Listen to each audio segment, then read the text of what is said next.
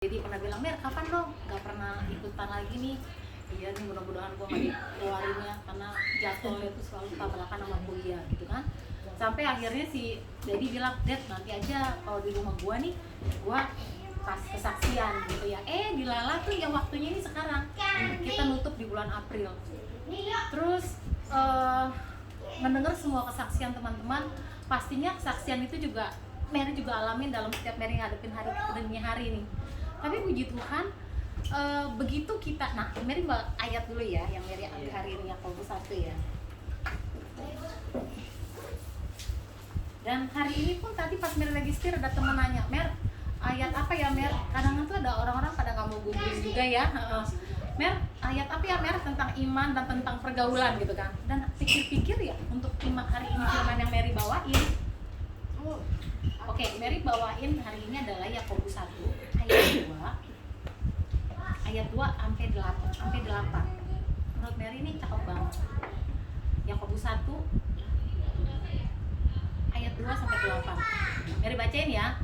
Saudara-saudaraku, anggaplah sebagai suatu kebahagiaan apabila kamu jatuh ke dalam berbagai macam pencobaan. Sebab kamu tahu bahwa ujian terhadap imanmu itu menghasilkan ketekunan. Dan biarkanlah ketekunan itu memperoleh buah yang matang, supaya kamu menjadi sempurna dan utuh dan gak kekurangan suatu apapun. Tetapi apabila di antara kamu ada yang kekurangan hikmat nih, dan dengan tidak membangkit-bangkit, dan sama sekali jangan bimbangin orang yang demikian. Ayat ini cakep banget buat kita. Kadang kan kita selalu, kenapa sih Tuhan izinin hal yang enak sama kita? Kenapa sih? Kayaknya saya sudah benar loh Tuhan, saya sudah melakukan ini, saya ibadah, saya ada waktu dengan Tuhan. Tuhan juga tahu aku sebagai wanita, ibu, istri, juga aku sebagai penolong, aku mendoakan. Tapi kok aku juga belum dijawab ya Tuhan doanya. Terus kayaknya kerja Tuhan dari pagi sampai sore, tapi hasilnya begini aja gitu loh. Tapi pernah nggak sih kita sadar dalam doa kita itu kita seperti apa hati kita? Karena kan sebenarnya bukan Tuhan nggak mau jawab, tapi Tuhan tuh tahu kedalaman hati kita. Kita khawatir, kita bimbang, kita takut, kita masih pakai logika kita aja.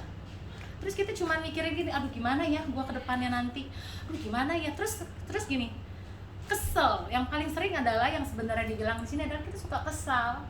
Itu yang pernah Mary alamin. Kesal sama pasangan, kesal sama teman kerja, kesal ngeliat di dalam gereja kok begini amat, kesal dalam komunitas, belum lagi kesal sama anak. Itu buat kita jadi nggak bisa bertekun juga loh dalam sesuatu. Ingat kan seperti waktu itu Musa, kenapa sih dia nggak bisa ke tanah perjanjian? Kecil loh sebenarnya, waktu dia nggak ada pun padahal dia masih sehat ya, masih bisa gitu kalau untuk membawa orang Israel nyebrang. Tapi karena dia cuma kesal aja sama orang-orang Israel. Kenapa Tuhan pilih Yosua? Kalau kita baca Yosua itu ya dia lebih ngejalanin aja gitu. Tapi kalau dipikir-pikir jadi Musa juga nggak enak. Nah mungkin kita sekarang ini adalah Musa-Musa itu gitu loh. Terus kita bisa nggak akhirnya kita berdoa sama Tuhan, kita that's about me gitu. Tuhan, what should I do ya God gitu loh. Aku udah begini, tapi kok gitu loh. Padahal mungkin kita harusnya bilang begini, Tuhan ini harus aku alami ya Tuhan, aku melakukan kesalahan, tapi ini harga yang harus aku bayar, persis kayak kejadian aku gitu. Terus maksudnya Tuhan apa sih? Ya kata Tuhan, lu kan gua kasih free will, gua kasih tahu jalannya begini, tapi lu pilihnya ini. Terus apa yang kita alamin, kita ada konsekuensi. Lalu dalam konsekuensi yang kita jalanin, kita sabar dan bertekun nggak nih? Kalau kita cuma nunggu jawaban ya nggak datang sih. Contoh, kita minta suami berubah, kita nggak pernah tahu kalau mungkin yang lain bisa 5 tahun, 6 tahun, mungkin ada yang 17 tahun gitu loh. Terus gimana kita nyikapinnya? Dan itu tuh sandungan buat kita. Karena apa? Kita lebih ngerasa ngemelowin diri kita sendiri. Terus bilang begini, lu sih Mer ngomong enak, karena lu nggak pernah pakai sepatu gua. Iya, ukuran kita beda, model yang kita sukain juga beda. Tapi gimana kalau mau masuk dalam, kita cuma bisa kasih tau firman, selebihnya nggak bisa. Tapi kita juga nggak memaksakan. Karena apa? Setiap pertumbuhan rohani orang kan berbeda-beda. Jadi balik lagi ke kedewasaan rohani. Cara kita membaca ayat ini aja seperti kayak tadi Tuhan bilang, jangan membangkit-bangkitkan. Kadang-kadang tuh kita membangkit-bangkitkan apa yang sudah kita buat gitu kan. Tapi sih menurut Mary pribadi dari ayat ini mengajarkan soal iman dan hikmat. Iman itu ya nggak sekali jadi. Iman itu ya memang harus dipupuk terus. Caranya seperti apa? Satu, kita punya waktu sama Tuhan. Satu PR Mary yang belum jalan adalah doa fajar tuh sama anak-anak. Sebenarnya anak-anak gampang loh, dia bangunin, walaupun yang gede dibangunin suaranya nggak ada gitu ya, ayat ini gitu. Tapi yang terus kita nyanyi, dan itu satu PR buat Mary yang belum selesai. Karena ternyata masalahnya di Mary, anak-anak bangun tuh bangun. Kalau kita doa fajar setiap hari kita sendiri itu mah biasa ya. Tapi gimana caranya kita disiplinin anak kita untuk bangun sama kita, dan ternyata anak kita bangun loh. Ya mungkin kalau nggak bisa pagi jam 5 bisa buat di mesbayan malam gitu loh. Dan itu ternyata membantu buat Mary pribadi untuk ngatasin anak-anak yang kalau boleh dibilang generasi Z. Kayak hari ini aja anak saya nanya, "Mah, soal pergaulan tadi ya." Dia nanya, "Mah, Mama kan bukan orang yang homofobik ya, artinya bukan orang yang rasis banget sama orang homo gitu. Terus Mah bagaimana? Apakah dia pasti akan masuk neraka Mah? Walaupun dia baik Mah."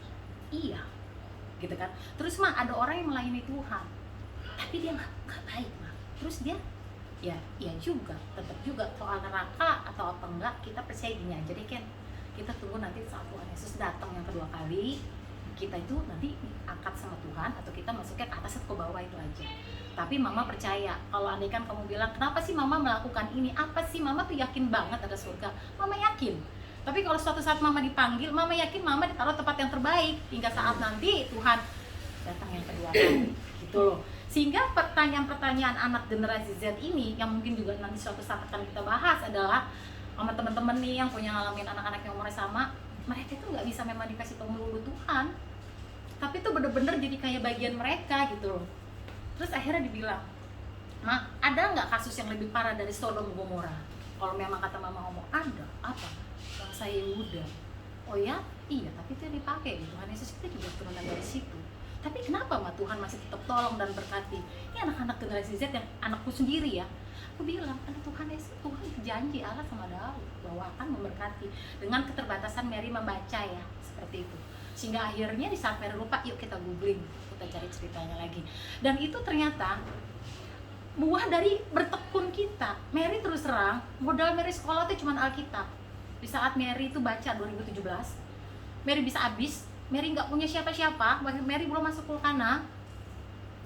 2 tahun Mary bergumul, Mary nggak nyangka, Tuhan kenapa planning saya dibelokin gitu loh. Waktu aku memutuskan jatuh dalam dosa nih, gue udah punya planning. Kok Tuhan bawa ya? Dan gak tau kenapa, cuman gara-gara denger si Gilbert ngomong tentang pernikahan, perjinahan, apapun itu membuat aku membaca. Dan akhirnya mata ini kayak bisa, kok nggak ngantuk-ngantuk. Akhirnya dari membaca cuman ayat-ayat itu sampai habis. Nah di saat baca sampai habis, dapat iluminasi sendiri gitu loh. Ternyata dari siapa? Dari Roh Kudus mungkin ya. Karena Mary nggak punya siapa-siapa, belum kenal Ko Victor gitu loh. Bener-bener baru yang ke gereja jalan-jalan, artinya ke Beta Injil, nanti kemana gitu loh. Tapi dari situ 2018 Mary bilang, Tuhan, I fall in love with the Bible dan aku ingin sekolah loh suatu saat. Akhirnya Mary bawa anak-anak dalam bacaan. Itulah iman dan hikmat. Artinya di sini dibilang, kita tuh lihat lu bertekun, lu udah ngelakuin apa, lu ngerasa lu udah berubah, tapi apa nih ketekunan lu? Ketekunan sama rajin beda loh. Rajin kita bisa lakuin aja terus-terus udah kayak rutinitas, tapi kalau tekun itu satu kayak komitmen. It's not about a routine again gitu loh. Sehingga akhirnya anak-anak pun sudah habis bacaan, kita bawa dalam waktu itu 2 tahun baca setiap hari 1 pasal. Sampai, "Mah, kita udah selesai, terus kita ngapain?" Baca sampai kapan? Sampai mama mati. Kalau lu masih tinggal sama mama, kita masih tetap baca gitu loh. Lalu tiba-tiba adalah pandemi, terus tibalah akhirnya aku bisa dibawa dengan aku bertekun. Di saat baca itu deh, bukan hanya dicelikin mata baca, tapi kok nyarinya komunitas. Padahal nggak dijelasin komunitas ya, cuma di sini ada mengenai pergaulan yang baik. Dan terus terang ya, kalau ditanya, "Mer, bacaan apa yang paling lu suka?" Perjanjian Baru ya, Paulus dan kawan-kawan lah ya. Karena apa? That's me gitu loh. Kenapa sampai mati-matian Rasul Paulus di Korintus? Itulah aku gitu loh. Dan dari ayat-ayat Korintus gue disadarin gitu. Sampai sesaklek-sakleknya seperti ini, sampai segala planning yang udah gue jalanin tuh gak ada yang berhasil. Dan gue gak nyangka kayak begini gitu. Tuhan ini kayak bukan gue, dan Tuhan tuh bener-bener ngerubah karakter. sampai akhirnya punya kalian semua, sampai akhirnya dari punya komunitas Kulkana, sampai akhirnya dipercaya punya teman-teman dalam komunitas di Lover dan di Kongko. Terus udah gitu bisa sekolah. Ternyata waktu sekolah pun semua biayanya diadain, padahal tuh berdoa tiap malam, Tuhan adakan untuk biayanya, karena kan aku dapat uang segini itu dibagi buat makan, ntar nyicil sekolahnya gimana nih gitu loh. Dan ternyata di saat mau bayar uang sekolah, Tuhan adain, tiba-tiba Mary sudah resign dari perusahaan properti itu, listingan Mary terjual dan jumlahnya untuk Mary bayar cicilan pertama gitu loh. Jadi itu tuh ada jalannya, seperti kayak dibilang. Bentar ya, Mary buka lagi ya. Kita berserah ya, tapi juga nggak pasrah. Pasrah ya memang sama Tuhan. Kalau kita nggak angkat tangan ya Tuhan juga nggak turun tangan. Tapi kan kadang kan kita tuh, apalagi orang-orang yang karakter ungu nih, yang overthinking, yang kadang kan ini gimana ya, tapi nanti kalau gini Tuhan, tapi nah itu akhirnya tuh nggak nyampe. Mary terus terang suka lupa nggak ada duit. Taunya kalau nggak ada duit di ATM mau transfer kurang. Untungnya kalau kurang Mary punya Rince yang tadi kasih tau parkiran dari transfer dulu buka ATM itu bayar gitu. Jadi tinggal sama dia. Mungkin Mary bisa sama Misda uang buat gampang banget tanpa diminta cek mau cicil banyak banget. Bukan bisa ngejalanin hari seperti kayak biasa. Padahal itu dulu Mary masalahnya mikirnya cuma omset, gua harus cari uang. Kalau gua nggak cari uang gimana lagi gua nggak. Kalau waktu diputar, Mary nggak mau cari uang, Mary tetap di rumah, Mary ngurusin anak. Ternyata Mary bisa makan, masih bisa ngopi, masih bisa buat tempe goreng, masih bisa nenangga, dan masih tetap bisa happy. Jadi benar-benar harus dihilangin gimana itu pelepasan hak kita. Kalau memang apa yang belum jadi milik kita, apalagi dengan sekarang ini yang kita tahu banyak uang orang yang pada hilang, ya nggak sih? Jadi ya itu memang mungkin kita harus lepasin. Nanti Tuhan akan ganti lebih. Gitu loh. Jadi apapun pergumulan kita, kalau kita benar-benar punya iman dan hikmat itu seperti apa? Bukan karena Tuhan bicara sama gue, ya enggak juga. Kadang-kadang Tuhan bicara, kita yang bicara juga kan halu ya, gitu loh. Tapi kalau kita dengan iman, kita yakin kita ngelakuin ini dan kita benar-benar nyerahin, nggak pakai bimbang lagi. Tuhan, udahlah hidup matiku tuh milikmu. Hari ini, besok. Dan itu akhirnya yang namanya punya kelegaan. Belum damai sukacita dulu loh, tapi lega. Dan makanya kalau banyak orang bilang, Mer, lu happy terus ya? Iya. Kenapa banyak orang yang nggak tahu keadaan Mary yang sebenarnya? Karena ternyata Mary juga punya pemikiran yang jangan sampai mereka ngeliat kayak Mary happy, mereka juga pengen kayak Mary, gitu loh. Jadi banyak banget pertimbangan yang kadang-kadang ya pakai hikmah. Kenapa Mary masih ada keep sesuatu? Hanya beberapa sama keluarga Mary terdekat ini aja, gitu loh. Dan bagaimana Mary mengimani sampai andaikan nanti Tuhan umpama tidak menjawab pun seperti yang Mary mau, I'm still happy. Karena bagi Mary adalah yang Mary lakukan ini adalah legacy untuk anak-anak, gitu loh. Jadi Mary yakin dengan semua pergumulan yang ada di sini, Tavera, Misda, Cynthia, Cimimi, Fanny, semuanya kita semua punya salib masing-masing. Tapi itu sesuai takaran kita dan Tuhan mau ngelihat kita lepasin pikiran kita. Itu yang nanti kita punya kelegaan. Jangan minta hasil jawabannya dulu, minimalnya hati kita ini lega. Kayak kalau iklan napasin itu lah, Den. Nah, itu nggak ada. Dan Mary nggak pernah ngerasain kelegaan seperti ini. Dan Mary rasain kelegaan itu setelah Mary baca Bible. Dan untuk mengajak teman-teman baca Bible itu nggak gampang loh. Gitu. Jadi yang Mary lakukan saat ini adalah mengajak teman-teman untuk baca, untuk Rema. Karena Rema itu adalah puasanya di Zoom dan pemuritan. Terus di situ paling Mary nemenin untuk mereka bacaan firman. Setiap hari satu pasal dalam Rema. Dan satu hal yang masih tetap nggak keos sampai sekarang, Juju. Juju nggak hadir ya. Juju dari di Koko Syatik ada. Juju masih bertahan secara pribadi dan dalam grup. Terus juga beberapa teman-teman ada terseleksi. Beda loh, orang yang baca firman tiap hari sama yang cuma rajin berdoa aja tapi nggak baca firman dan Rema, pasti ada apa yang berani. Tapi kalau orang yang baca Rema tiap hari itu nggak perlu nungguin jawaban Tuhan kapan deh, tapi Tuhan tuh kasih message buat kita tiap hari. Itu yang Mary rasain sampai Mary ada sekarang. Mary punya kelegaan, Mary yakin apapun yang terbaik. Kalau ditanya, Mary lu mau sekolah ini jadi pendeta? Enggak, Mary nggak berpikiran apapun. Jadi Mary cuma pengen nemenin para sister. Karena ntar kalau Mary cuma dengerin omongan Mary bukan siapa-siapa. Jadi Mary patokannya firman. Seperti itu. Oh iya, kalau sama ayat yang untuk dalam komunitas, Vera juga diajakin terus ya. Terus tapi ya semua itu kehendak kalian setelah seperti apa. Tapi yang pasti kalau tanya seperti apa kerinduanku adalah untuk semua teman-teman baca firman, karena itu yang aku dapat, karena itu modal aku sekolah. Kalau sekolah itu semua teman-teman pada gembala udah semua, tapi ternyata begitu kita punya pegangannya, kita baca Alkitab, kita sekolah nggak goblok-goblok amat, puji Tuhan. Jadi itu modalnya, dan ternyata kita bisa disetarakan sama mereka yang para gembala, dan malah kita ikut dilibatkan. Tapi balik lagi kata Tuhan apa? Lu bertekun nggak? Lu bukan cuma rajin lo ya, tapi lu tekun, minimal lu buat komitmen buat diri lu sendiri.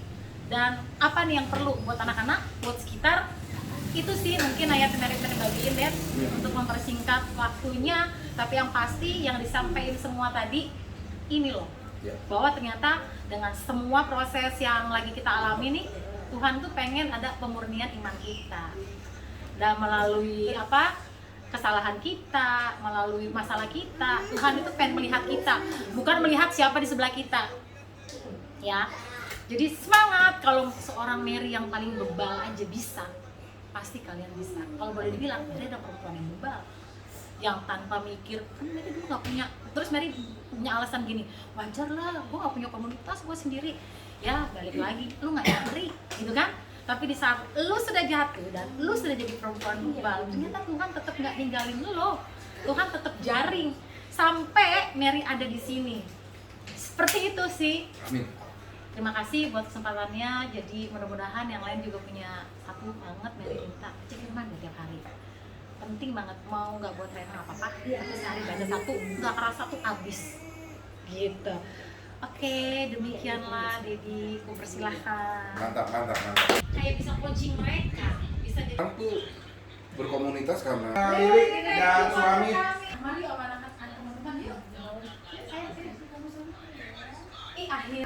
Ya itu pesan apa yang kita dapat pada kesempatan ini, pesan apa yang kita dapat dari sharingnya Mary. Tentu ada masing-masing kita dapat sesuatu di sini. Kalau saya juga dapat, jadi saya betul-betul menyimak apa yang Mary sampaikan. Kalau kembali ke Yakobus tadi saya cuma ada satu kunci yang saya dapat, yaitu di pasal ayat 4 dia bilang begini, dan biarkanlah ketekunan itu memperoleh buah yang matang, supaya kamu menjadi sempurna, utuh, dan tidak kekurangan suatu apapun. Ternyata kunci pada pesan yang Mary malam hari ini itu ketekunan.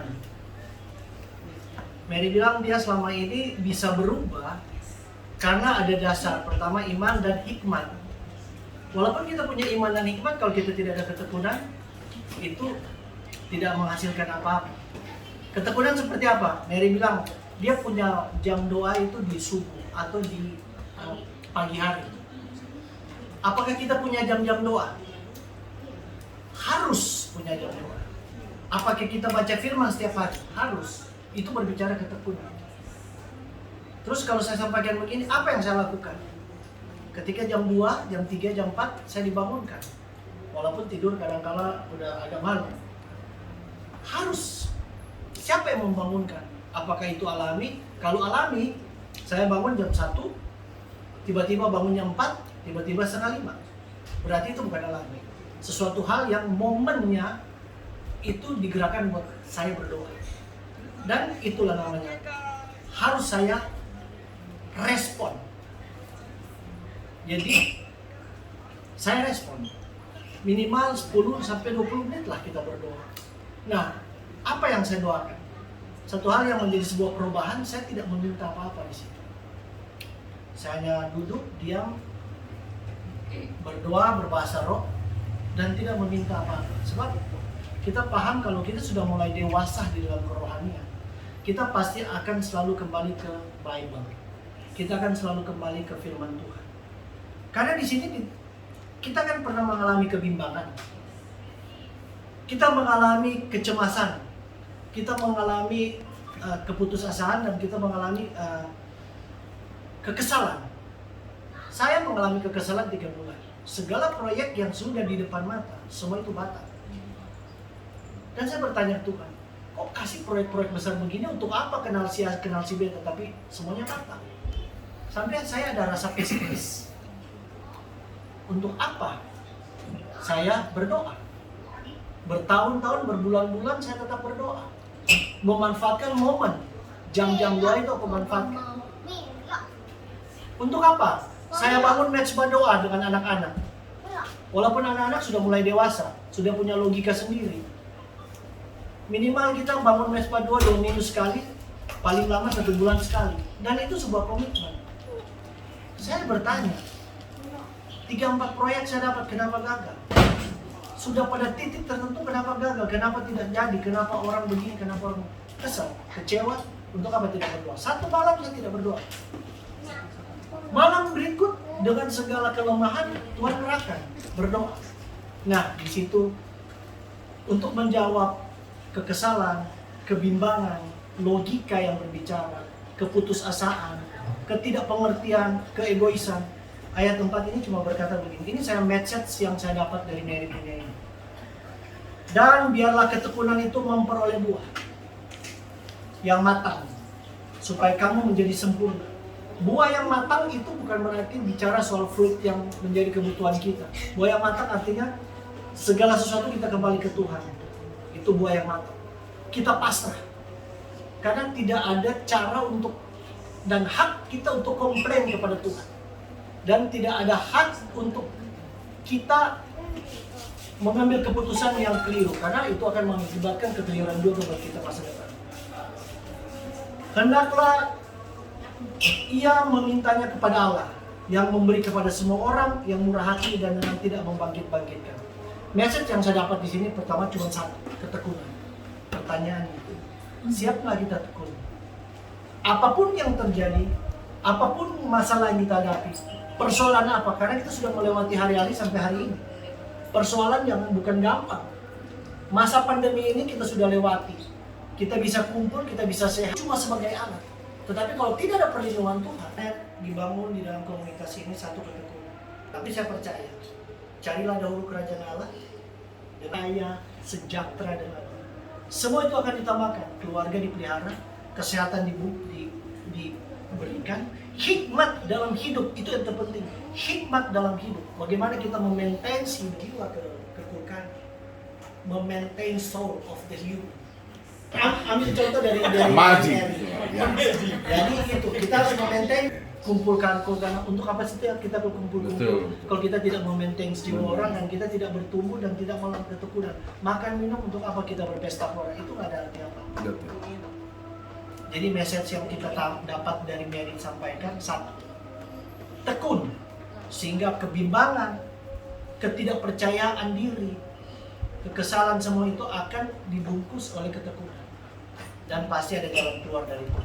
Saya yang sudah bertahun-tahun juga itu kita harus menjaga sikap kita, hidup kita. Semakin kita dibawa ke dalam pencobaan, semakin Tuhan uji kita punya kedewasaan kita. Karena itu waktu kita sudah menang dalam pencobaan itu, Tuhan nanti akan kirim orang yang mengalami hal yang sama seperti kita, dan kita bisa memberikan kepada mereka satu solusi, satu pengalaman yang pernah kita lewati. Dan itu yang membolehkan kepada orang yang mengalami itu, oh ternyata ada juga orang yang mengalami seperti gua begitu. Dan mereka melihat sekarang dia udah enak ya. Nah, tapi mereka kadang-kadang mereka nggak melihat prosesnya seperti itu.